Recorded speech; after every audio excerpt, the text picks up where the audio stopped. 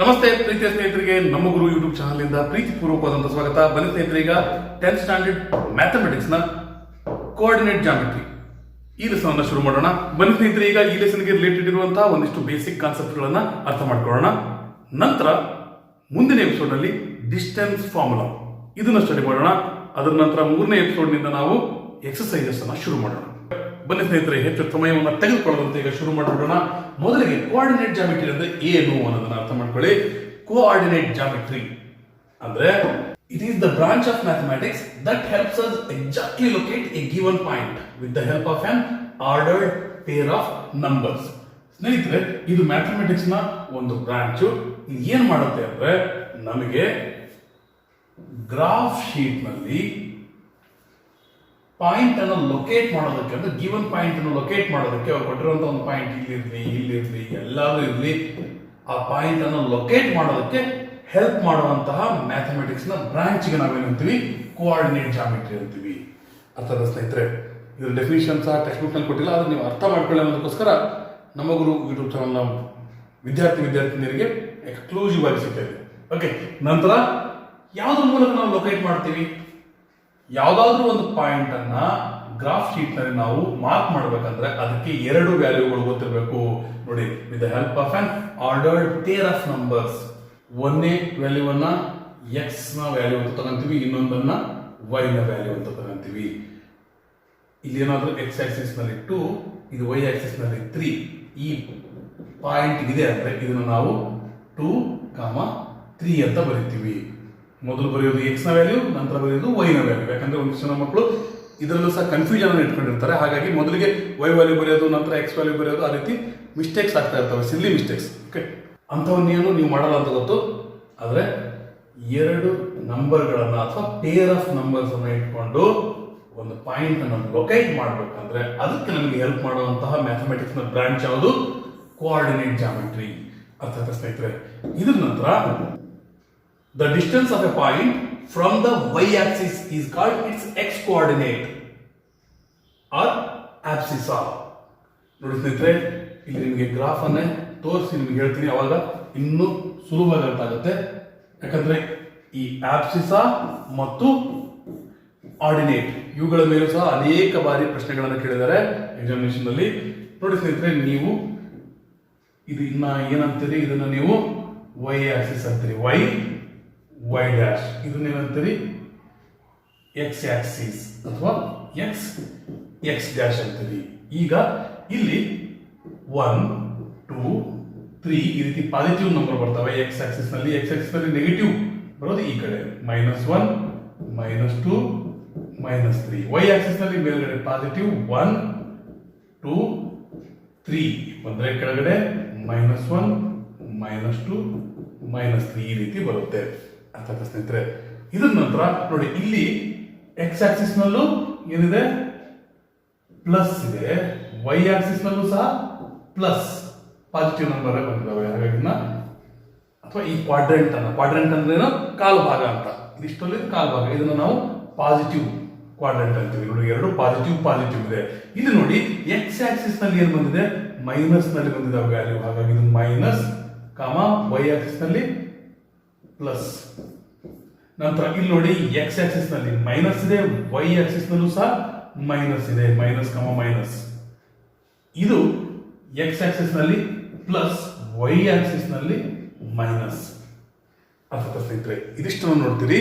ಇದ್ರ ಜೊತೆಗೆ ಇಲ್ಲಿ ನಾವು ಆಬ್ಸಿಸಾ ಮತ್ತು ಆರ್ಡಿನೇಟ್ ಇವುಗಳ ಮೀನಿಂಗ್ ಅನ್ನು ಸರಿಯಾಗಿ ಅರ್ಥ ಮಾಡ್ಕೊಂಡ್ರಿ. ನೋಡಿ ಸ್ನೇಹಿತರೆ, the distance of a point from the y axis. ನೋಡಿ, ವೈ ಆಕ್ಸಿಸ್ ನಿಂದ ಇರುವಂತಹ ಡಿಸ್ಟೆನ್ಸ್ ಗೆ ನೋಡಿ, ಇದು ವೈ ಆಕ್ಸಿಸ್ ಅಂದ್ರೆ ಇಲ್ಲಿ 0. ಓಕೆ, ಈ ವೈ ಆಕ್ಸಿಸ್ ಇಂದ ನೀವು ರೈಟ್ ಹೋದ್ರೆ ವೈ ಆಕ್ಸಿಸ್ ಇಂದ ದೂರ ಆಗಿದ್ದಕ್ಕೆ 1 ಯೂನಿಟ್ ದೂರ ಆದ್ವಿ ವೈ ಆಕ್ಸಿಸ್ ಇಂದ.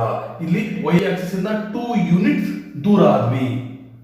ಇಲ್ಲೇ ಇರ್ಲಿ ಅಥವಾ ಇಲ್ಲೇ ಇರ್ಲಿ, ನೋಡ್ರಿ, ವೈ ಆಕ್ಸಿಸ್ ಇಂದ ಎಷ್ಟು ದೂರ, 1 ಯೂನಿಟ್ ಮತ್ತು 2 ಯೂನಿಟ್ಸ್ ದೂರ ಆದ್ವಿ. ಈ ರೀತಿ ವೈ ಆಕ್ಸಿಸ್ ಇಂದ ಎಷ್ಟು ದೂರ ಆಗ್ತೀವಿ, ರೈಟ್ ಗಾದ್ರೆ ಪಾಸಿಟಿವ್ ನಲ್ಲಿ, ಲೆಫ್ಟ್ ಗಾದ್ರೆ ನೆಗೆಟಿವ್ ನಲ್ಲಿ ಏನ್ ಹೇಳ್ತೀವಲ್ಲ, ಇದನ್ನ ನಾವೇನಂತೀವಿ, ಆಬ್ಸಿಸಾ ಅಂತೀವಿ, ಅಥವಾ ಎಕ್ಸ್ ಕೋಆರ್ಡಿನೇಟ್ ಅಂತೀವಿ, ಅಥವಾ ಎಕ್ಸ್ ನ ವ್ಯಾಲ್ಯೂ ಅಂತೀವಿ. ಎಕ್ಸ್ ನ ವ್ಯಾಲ್ಯೂಗೆ ಆಬ್ಸಿಸಾ ಅಂತೀವಿ. ಅರ್ಥ ಮಾಡ್ಕೊಟ್ರಿ ಸ್ನೇಹಿತರೆ, ಆಬ್ಸಿಸಾ ಅಂದ್ರೆ ಎಕ್ಸ್ ನ ವ್ಯಾಲ್ಯೂ.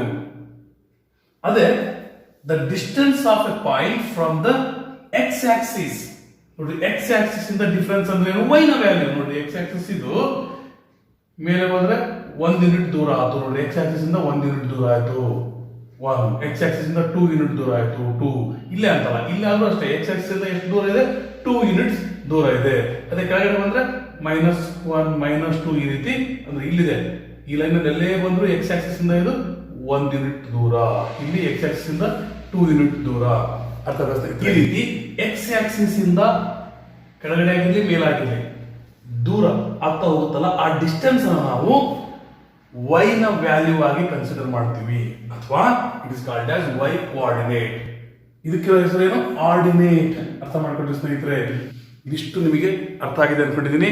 ಯಾಕಂದ್ರೆ ಒಂದಿಷ್ಟು ಸಾರಿ ಎಕ್ಸಾಮಿನೇಷನ್ ಅಲ್ಲಿ -2,6 ಇದರಲ್ಲಿ ಆರ್ಡಿನೇಟ್ ಯಾವುದು ಮತ್ತು ಆಬ್ಸಿಸ ಯಾವುದು ಐಡೆಂಟಿಫೈ ಮಾಡಿ, ಈ ರೀತಿ ಸಹ ಕ್ವಶನ್ಸ್ ಅನ್ನ ಕೇಳಿದ್ರು. ಮುಂದೆ ಸಹ ಕ್ವಶನ್ಸ್ ಬರ್ಬೋದು ಈ ರೀತಿ. ಅದಕ್ಕೋಸ್ಕರ ಸರಿಯಾದ ಉತ್ತರ ಏನು ಕಮೆಂಟ್ ಬಾಕ್ಸ್ ಅಲ್ಲಿ ಹಾಕಿ. ಎಷ್ಟು ಜನ ಇಂಟ್ರೆಸ್ಟ್ ಇಂದ ನಿಜವಾಗ್ಲೂ ಕಲಿತಿದ್ರಿ, ನಿಮಗೋಸ್ಕರ ನಾನು ವಿಡಿಯೋ ಮಾಡ್ಕೊಂಡು ಬರಲೇಬೇಕಂತ ನನಗೆ ಅನ್ಸೋದಕ್ಕೆ ಎಷ್ಟು ಜನ ಇದ್ದೀರಿ ಅನ್ನೋದನ್ನು ನೋಡೋಣ. ಸೀರಿಯಸ್ ಸ್ಟೂಡೆಂಟ್ಸ್, ಓಕೆ, ಬೇಗ. -2 ಮತ್ತು 6 ಇವುಗಳಲ್ಲಿ ಆಬ್ಸಿಸ ಯಾವುದು ಮತ್ತು ಆರ್ಡಿನೇಟ್ ಯಾವುದು ಕಾಮೆಂಟ್ ಬಾಕ್ಸ್ ಅಲ್ಲಿ ಹಾಕಿ. ಓಕೆ, ಇದು ನಿಮಗೆ ಅರ್ಥ ಆಗಿದೆ ಅನ್ಕೊಂಡಿದ್ದೀನಿ. ನಂತರ ನೋಡಿ ಸ್ನೇಹಿತರೆ, ನಂತರ the coordinates of a point on the X Axis are of the form x, 0 and of a point on the y axis are in the form of y, 0. ನೋಡ್ರಿ, ಇದನ್ನ ಸರಿಯಾಗಿ ಅರ್ಥ ಮಾಡ್ಕೊಳ್ರಿ. ಎಕ್ಸ್ ಆಕ್ಸಿಸ್ ಮೇಲೆ ಯಾವುದೇ ಪಾಯಿಂಟ್ ಬರಲಿ, X Axis ಮೇಲೆ ಯಾವುದೇ ಪಾಯಿಂಟ್ ಬಂದರೂ ಸಹ ಎಲ್ಲಾ ಪಾಯಿಂಟ್ಗಳ ವ್ಯಾಲ್ಯೂ ಏನಿರುತ್ತೆ, ಇಲ್ಲಿ ಏನೇ ಬಂದ್ರು y ನ ವ್ಯಾಲ್ಯೂ 0ನೇ ಇರುತ್ತೆ. ಹಂಗಾಗಿ ಇಲ್ಲಿ ಬಂದ್ರೆ ನೋಡ್ರಿ x -1 ಆಗುತ್ತೆ, y ಏನಿಲ್ಲ 0. ಇಲ್ಲಿ ಬಂದ್ರೆ x -2 ಆಗುತ್ತೆ, y ನೋಡ್ರಿ ಮೇಲೆ ಹೋಗಿಲ್ಲ ಕೆಳಗೆ ಹೋಗಿಲ್ಲ, x ಆಕ್ಸಿಸ್ ಮೇಲೆ ಇದೆ, ಹಾಗಾಗಿ ಇದು 0. ಈ ಕಡೆ ಬಂದ್ರೆ 1 x ನ ವ್ಯಾಲ್ಯೂ ಮತ್ತು y ನೋಡ್ರಿ ಮೇಲೆ ಇಲ್ಲ ಕೆಳಗಿಲ್ಲ, ಅದೇ ಲೈನ್ ಮೇಲೆ ಇದೆ ಅಂದ್ರೆ y 0. ಹಾಗಾಗಿ ಇದು ಯಾವ ರೀತಿ ಇರುತ್ತೆ? x ಆಕ್ಸಿಸ್ ಮೇಲೆ ಇರುವಂತ ಪಾಯಿಂಟ್ x, 0 ದಲ್ಲಿರುತ್ತೆ. ಅದೇ y ಆಕ್ಸಿಸ್ ಮೇಲೆ ಇರುವಂತ ಪಾಯಿಂಟ್ ನೋಡಿ, y ಆಕ್ಸಿಸ್ ಮೇಲೆ ಇಲ್ಲೊಂದು ಪಾಯಿಂಟ್ ಇದೆ ಅಂದ್ರೆ ನೋಡಿ, y ಆಕ್ಸಿಸ್ ಮೇಲೆ ಇದೆ ಅಂದ್ರೆ ಇಲ್ಲಿ x ನ ವ್ಯಾಲ್ಯೂ ಏನು? 0. ಈ ಕಡೆ ಅಥವಾ ಆ ಕಡೆ ಬಂದ್ರೆ x ನ ವ್ಯಾಲ್ಯೂ ರೈಸ್ ಆಗುತ್ತೆ. ಅದನ್ನ ಬಿಟ್ಟು y ಆಕ್ಸಿಸ್ ಮೇಲೆ ಇದು ಬಿಟ್ರೆ ಇಲ್ಲಿ x ವ್ಯಾಲ್ಯೂ 0, y ವ್ಯಾಲ್ಯೂ ಇದು 1 ಅಲ್ಲ, 1. ಇಲ್ಲಿ ಬಂದ್ರೆ x ವ್ಯಾಲ್ಯೂ ಮತ್ತೆ 0 ದಲ್ಲೇ ಇದೆ, ರೈಟ್ ಅಥವಾ ಲೆಫ್ಟ್ ಎಲ್ಲಿ ಹೋಗಿಲ್ಲ, y ವ್ಯಾಲ್ಯೂ 2. ಈ ಕಡೆ ಕೆಳಗಡೆ ಬಂದ್ರೆ x ವ್ಯಾಲ್ಯೂ ಏನೂ ಇಲ್ಲ, 0, y ವ್ಯಾಲ್ಯೂ -1. ಅಥವಾ ಸ್ನೇಹಿತರೆ, ಅಂದ್ರೆ y ಆಕ್ಸಿಸ್ ಮೇಲೆ ಏನಾದ್ರು ಪಾಯಿಂಟ್ಸ್ ಬಂದ್ವು ಅಂದ್ರೆ ಆ ಪಾಯಿಂಟ್ ನಲ್ಲಿ ಏನಿರುತ್ತೆ, x ನ ವ್ಯಾಲ್ಯೂ 0 ಇರುತ್ತೆ, y ವ್ಯಾಲ್ಯೂ ಮಾತ್ರ ಇರುತ್ತೆ ಅಂತ. ಅರ್ಥ ಆಯ್ತಾ? ಇದಿಷ್ಟು ಅರ್ಥ ಆಗಿದೆ ಅಂದ್ರೆ ನಾವು ಮುಂದಿನ ಸ್ಲೈಡ್ ಹೋಗೋಣ. Applications of coordinate geometry. ಇದನ್ನ ನಿಜ ಜೀವನದಲ್ಲಿ ಅಥವಾ ಯಾವ್ಯಾವ ಬ್ರಾಂಚಸ್ ಆಫ್ ಮ್ಯಾಥಮೆಟಿಕ್ಸ್ ನಲ್ಲಿ ಅಪ್ಲೈ ಮಾಡ್ತಾರೆ ಅನ್ನೋದನ್ನ ಅರ್ಥ ಮಾಡ್ಕೊಳ್ಳೋಣ. ಮೊದಲಿಗೆ, in fact coordinate geometry has been developed as an algebraic tool for studying geometry of figures. Figures ಗಳ ಜಾಮೆಟ್ರಿಯನ್ನ ಸ್ಟಡಿ ಮಾಡೋದಕ್ಕೋಸ್ಕರನೇ ಡೆವಲಪ್ ಆಗಿರುವಂತ ಜಾಮೆಟ್ರಿ ಇದು. ಯಾಕಂದ್ರೆ ಇಲ್ಲ ಹೆಚ್ಚು ಎಕ್ಸ್ಪ್ಲನೇಷನ್ ಮಾಡಲ್ಲ, ಸ್ವಲ್ಪ ಗೊತ್ತಿದ್ರೆ ಸಾಕು. ನಂತರ ಈ ಕೋಆರ್ಡಿನೇಟ್ ಜಾಮೆಟ್ರಿ ಏನ್ ಮಾಡುತ್ತೆ? This coordinate geometry helps us to study geometry using algebra and understand algebra with the help of geometry. ನೋಡಿ ಸ್ನೇಹಿತರೆ, ಕೋಆರ್ಡಿನೇಟ್ ಜಾಮೆಟ್ರಿ ಹೆಸರಿನಲ್ಲೇ ಕೋಆರ್ಡಿನೇಟ್ ಇದೆ. ಕೋಆರ್ಡಿನೇಷನ್ ಅಂದ್ರೆ ಏನು? ನಾನು ಒಬ್ಬತ್ತಿದ್ದಾಗ ನನ್ನಷ್ಟಕ್ಕೆ ನಾನೇ ಕೋಆರ್ಡಿನೇಷನ್ ಮಾಡ್ಕೊಳ್ಳೋದೇನಿರಲ್ಲ, ಆದ್ರೆ ಇನ್ನೊಬ್ಬರ ಜೊತೆ ಇದ್ದಾಗ ಕೋಆರ್ಡಿನೇಷನ್ ಇಂಪಾರ್ಟೆಂಟ್ ಆಗುತ್ತೆ. ಹಂಗೆ ಇದು ಯಾವ್ಯಾವುಗಳ ಮಧ್ಯೆ ಕೋಆರ್ಡಿನೇಷನ್ ಅನ್ನು ಮಾಡುತ್ತೆ? ಆಲ್ಜಿಬ್ರಾ ಮತ್ತು ಜಾಮೆಟ್ರಿ ಇವೆರಡರ ಮಧ್ಯೆ ಕೋಆರ್ಡಿನೇಷನ್ ಅನ್ನು ತರುತ್ತೆ. ಹೇಗೆ ಆಲ್ಜಿಬ್ರಾವನ್ನು ನಾವು ಜಾಮೆಟ್ರಿಯಲ್ಲಿ ಯೂಸ್ ಮಾಡ್ತೀವಿ ಅಂದ್ರೆ, ನೀವು ಈಗ already pair of linear equations in 2 variables ಮತ್ತು ಬೇರೆ ಬೇರೆ ಲೆಸನ್ಗಳಲ್ಲಿ ನೋಡಿದಿರಿ. ಅಲ್ಲಿ ಗ್ರಾಫಿಕಲ್ ಮೆಥಡ್ ಅನ್ನ ನೀವು ಫಾರ್ಮ್ ಮಾಡೋದು ಅದನ್ನೆಲ್ಲ ನೋಡಿದಿರಿ. ಓಕೆ, ನಂತರ because of this coordinate geometry is widely applied in various fields such as physics, engineering, navigation, seismology and art. ನೋಡ್ರಿ, ಬೇರೆ ಬೇರೆ ಫೀಲ್ಡ್ಗಳಲ್ಲೂ ಸಹ ಅಂದರೆ ಫಿಸಿಕ್ಸ್ನಲ್ಲಿ, ಇಂಜಿನಿಯರಿಂಗ್ನಲ್ಲಿ, ನ್ಯಾವಿಗೇಷನಲ್ಲಿ, ಸಿಸ್ಮಾಲಜಿಯಲ್ಲಿ, ಆರ್ಟ್ನಲ್ಲಿ ಅಂದರೆ ಬೇರೆ ಬೇರೆ ಫೀಲ್ಡ್ಗಳಲ್ಲಿ ಇದು ಯೂಸ್ ಆಗುತ್ತೆ, ಬಹಳ ಅಂದರೆ ಬಹಳ ಉಪಯೋಗ ಆಗುತ್ತೆ. ಅರ್ಥ ಆದ ಸ್ನೇಹಿತರೆ? ನಾನು ಇಲ್ಲಿ ಬಹಳ ಎಕ್ಸ್ಪ್ಲೇಷನ್ ಮಾಡ್ತಾ ಇಲ್ಲ ಪ್ರತಿಯೊಂದು ವರ್ಡ್ಸನ್ನು, ಯಾಕಂದ್ರೆ ಬಹಳಷ್ಟು ಫೀಲ್ಡ್ಗಳಲ್ಲಿ ಇದು ಯೂಸ್ ಆಗುತ್ತೆ ಅಂತ ಗೊತ್ತಿದ್ರೆ ಸ್ನೇಹಿತರೆ. ಈಗ ಪ್ಲಾಟಿಂಗ್ ಆನ್ ದ ಗ್ರಾಫ್ ಮೇಲೆ ಪಾಯಿಂಟ್ಸ್ ಅನ್ನ ಯಾವ ರೀತಿ ನಾವು ಪ್ಲಾಟ್ ಮಾಡಬೇಕು ಅಥವಾ ಮಾರ್ಕ್ ಮಾಡಬೇಕು ಅನ್ನೋದನ್ನ ಕಲಿಯೋಣ. ಇದನ್ನು ನೀವು ಬೇಸಿಕ್ ಆಗಿ ಹಿಂದಿನ ತರಗತಿಗಳಲ್ಲೇ ಕಲ್ತಿರ್ತೀರಿ, ಆದ್ರೆ ಮರ್ತಿದ್ರೆ ಅಥವಾ ಕೆಲವು ಜನ ಕಲ್ತೇ ಇಲ್ಲ ಅಂದ್ರೂ ಸಹ ನಿಮ್ಗೆ ಯಾವುದೇ ರೀತಿಯ ಕನ್ಫ್ಯೂಷನ್ ಆಗೋದು ಬೇಡ, ಈ ಲೆಸನ್ ಟಫ್ ಆಗೋದು ಬೇಡ ಅನ್ನೋದಕ್ಕೋಸ್ಕರ ಹಿಂದಿಂದೆಲ್ಲ ನಮ್ಗೆ ಬೇಕಾಗಿಲ್ಲ. ಈಗ ಚೆನ್ನಾಗಿ ಕಲಿಯೋಣ, ಚೆನ್ನಾಗಿ ಸ್ಕೋರ್ ಮಾಡೋಣ. ಬನ್ನಿ ಸ್ನೇಹಿತರೆ, plot these points on the graph and join them. ನೋಡಿ, A 4,8, B 3,9 ಇದನ್ನ ಇದಕ್ಕೆ ಮತ್ತೆ ಜಾಯಿನ್ ಮಾಡಬೇಕು. ನಂತರ to C 3.8 and to D 1.6.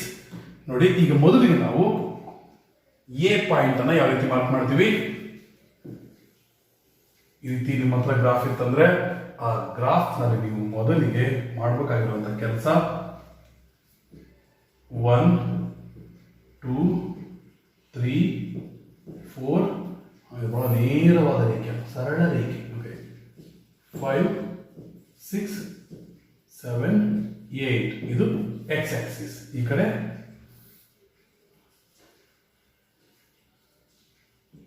1 2 3 4 5 6 ಅಂದರೆ ಮೈನಸ್ 7, ಇಲ್ಲಿ 0, ಇಲ್ಲಿ 1, then -1, -2, -3, -4, -5, -6, -7, -8, -9. ಇಲ್ಲಿ 1 2 3 4 5 6 7 8 9. ಇದು y, ಇದು y ಡ್ಯಾಶ್, ಇದು x, ಇದು x ಡ್ಯಾಶ್. ಈಗ ಮೊದಲನೇ ಪಾಯಿಂಟ್ A 4,8 ಅಂದ್ರೆ ಮೊದಲಿಗೆ ಬರೋದು ಯಾವುದು? ಆಬ್ಸಿಸಾ ಅಥವಾ x ನ ವ್ಯಾಲ್ಯೂ. ನಂತರ ಬರೋದು ಯಾವುದು? ಆರ್ಡಿನೇಟ್ ಅಥವಾ y ನ ವ್ಯಾಲ್ಯೂ. ಮೊದಲಿಗೆ 4 ಅನ್ನು ನೀವು ಇಲ್ಲಿ ಪಾಯಿಂಟ್ ಮಾಡಿ. x ಆಕ್ಸಿಸ್ ನಲ್ಲಿ 4 ಇಲ್ಲಿ, y ಆಕ್ಸಿಸ್ ನಲ್ಲಿ ಏನಿದೆ? 8 ಇಲ್ಲಿದೆ. ಅಂದ್ರೆ ಏನ್ ಮಾಡ್ಬೇಕು ನೀವು? ನಿಮ್ಮ ಕರೆಕ್ಟ್ ಸ್ಕೇಲ್ ತಗೊಂಡು ಕರೆಕ್ಟ್ 90 ಡಿಗ್ರಿ ಆಂಗಲ್ ಅಲ್ಲಿ ಅದೇ ಲೈನ್ ಮೇಲೆ ಈ ರೀತಿ ಡಾಟೆಡ್ ಲೈನ್ ಹಾಕಿ. ನಾನು ಡಾಟೆಡ್ ಲೈನ್ ಹಾಕಿಲ್ಲ, ನೀವು ಬೇಕಾದ್ರೆ ಡಾಟೆಡ್ ಲೈನ್ ಅನ್ನು ಹಾಕಬೇಕು. ಡಾಟೆಡ್ ಲೈನ್ ಹಾಕ್ದಿರೋ ನೀವು ಇದನ್ನ ಮಾರ್ಕ್ ಮಾಡಬಹುದು. ಇದು ಎರಡು ಎಲ್ಲಿ ಸೇರುತ್ತೆ? ಇದನ್ನು ನಾವೇನಂತ ಕರಿತೀವಿ? A 4,8 4,8. ಅದೇ ರೀತಿ B 3,9 3 x Axis 9 y Axis. ಇಲ್ಲಿಂದ ಒಂದು ಡಾಟೆಡ್ ಲೈನ್ ಅನ್ನು ತಗೊಂಡ್ಬನ್ನಿ, ಇಲ್ಲಿಂದ ಒಂದು ಡಾಟೆಡ್ ಲೈನ್ ಅನ್ನು ತಗೊಂಡ್ಬನ್ನಿ, ಇವೆರಡನ್ನು ಜಾಯಿನ್ ಮಾಡಿ. ಇದು D 3,9. ಇದ್ರ ನಂತರ C 3.8, x ನಲ್ಲಿ 3 y ನಲ್ಲಿ 8 ಅಂದ್ರೆ ಈ ಪಾಯಿಂಟ್ 3,8 ಇದು C. ಇದರ ನಂತರ D 1,6, x ನಲ್ಲಿ 1 -1 ಅಂತ ಈ ಕಡೆ ಬರ್ತದೆ ಅಷ್ಟೇ. ಓಕೆ, y ನಲ್ಲಿ 6, ಇದು 6. ಇಲ್ಲಿಂದ ಒಂದು ಡಾಟೆಡ್ ಲೈನ್ ತಗೊಂಡ್ಬಂದೆ, ಸ್ಟ್ರೇಟ್ ಇಲ್ಲಿಂದ ತಗೊಂಡ್ಬಂದೆ, ಎರಡು ಜಾಯಿನ್ ಆಗೋ ಪ್ಲೇಸ್ D. ಇದು 1,6. ಅದರ ಸ್ನೇಹಿತರೆ ಮೈನಸ್ ಆಗಿದ್ರೆ x ನಲ್ಲಿ ಈ ಕಡೆ ಬರುತ್ತೆ, y ದಲ್ಲಿ ಮೈನಸ್ ಆಗಿದ್ರೆ ಕೆಳಗಡೆ ಬರುತ್ತೆ. ಅರ್ಥ ಆಯ್ತಾ? ಈಗ ಇವೆಲ್ಲವನ್ನು ಏನ್ ಮಾಡಿ ಅಂತ ಹೇಳಿದ್ದಾರೆ ಕ್ವಶನ್ ಅಲ್ಲಿ? ಜಾಯಿನ್ ಮಾಡಕ್ ಹೇಳಿದ್ದಾರೆ. ಹಾಗಾಗಿ ಜಾಯಿನ್ ಮಾಡೋಣ. A B C D. ನಿಮಗೆ ಯಾವ ರೀತಿ ಪಾಯಿಂಟ್ಸ್ ಅನ್ನ ಪ್ಲಾಟ್ ಮಾಡ್ಬೇಕಂತ ಅರ್ಥ ಆಯ್ತು. ಜೊತೆಗೆ ಇಲ್ಲಿ x ಇದು y ಇದು, ನಂತರ ಇದು x ಇದು y, ಇದರಲ್ಲಿ ಇದು x ಇದು y. ಇದಿಷ್ಟು ಅರ್ಥ ಆಗಿದೆ ಅನ್ಕೊಂಡಿದ್ದೀನಿ.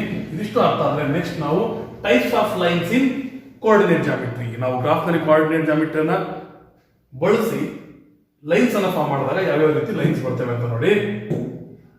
When we represent linear equations in two variables, graphically linear equations in two variables ಅಂದ್ರೆ ಹೈಯೆಸ್ಟ್ ಪವರ್ ಒಂದೇ ಇದ್ರೆ ಲೀನಿಯರ್ ಇಕ್ವೇಶನ್ ಅಂತೀವಿ.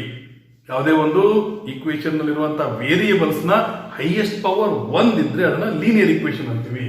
ಇದಕ್ಕೆ ಎಕ್ಸಾಂಪಲ್ ತಗೋಬೇಕಂದ್ರೆ ಲೀನಿಯರ್ ಈಕ್ವೇಶನ್ಗೆ 3x ಪ್ಲಸ್ 4y = 12 ಈ ರೀತಿ ಕೊಟ್ಟೆ ಅಂದ್ರೆ ನೋಡಿ ಸ್ನೇಹಿತರೆ, ಇಲ್ಲಿರುವಂತಹ ವೇರಿಯೇಬಲ್ಸ್ 2 ಇದಾವೆ, ಹಾಗಾಗಿ 2 ವೇರಿಯೇಬಲ್ಸ್ ಅಂತ ಅಂದೆ. ನಂತರ ಲೀನಿಯರ್ ಈಕ್ವೇಶನ್ ಅಂದೆ. ಲೀನಿಯರ್ ಅಂದ್ರೇನು?